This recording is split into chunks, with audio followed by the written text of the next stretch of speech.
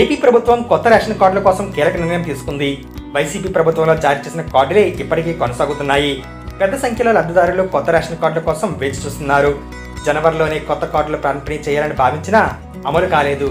దీంతో ఇప్పుడు కొత్తగా డిజిటల్ రేషన్ కార్డుల జారీకి నిర్ణయం తీసుకోనున్నారు. దరఖాస్తుల స్వీకరణపైన అధికారికంగా నిర్ణయం వెల్లడించనున్నారు. ఉగాది నుంచి కొత్త కార్డుల ప్రక్రియ ప్రారంభించాలని ప్రభుత్వం యోచిస్తున్నట్లు తెలుస్తుంది. ఏపీలో కొత్త రేషన్ కార్డుల కోసం పెద్ద సంఖ్యలో లబ్ధిదారులు నిరీక్షిస్తున్నారు. వైసీపీ హయాంలోనే భారీగా కొత్త రేషన్ కార్డుల కోసం దరఖాస్తులు వచ్చాయి. కూటమి ప్రభుత్వం ఉగాది నుంచి కొత్త రేషన్ కార్డుల ప్రక్రియ ప్రారంభించాలని నిర్ణయించింది. పాత రేషన్ కార్డులు వైసీపీ రంగుల్లో ఉండడంతో వాటిని రద్దు చేయనున్నారు. కొత్త డిజైన్తో రాజముద్రతో పూర్తిగా డిజిటల్ కార్డుల జారీకి రంగం సిద్ధమైంది.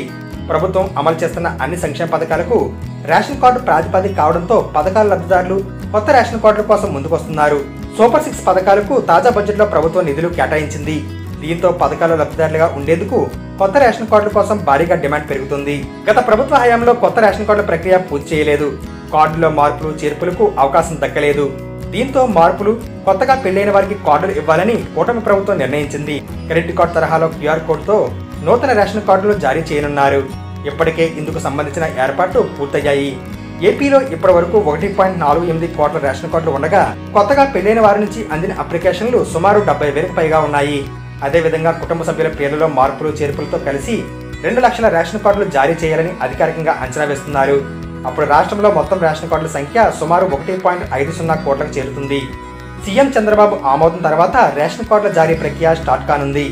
QR కోడ్ ద్వారా కుటుంబ సభ్యుల వివరాలు పూర్తిగా డిజిటలే చేయనున్నారు.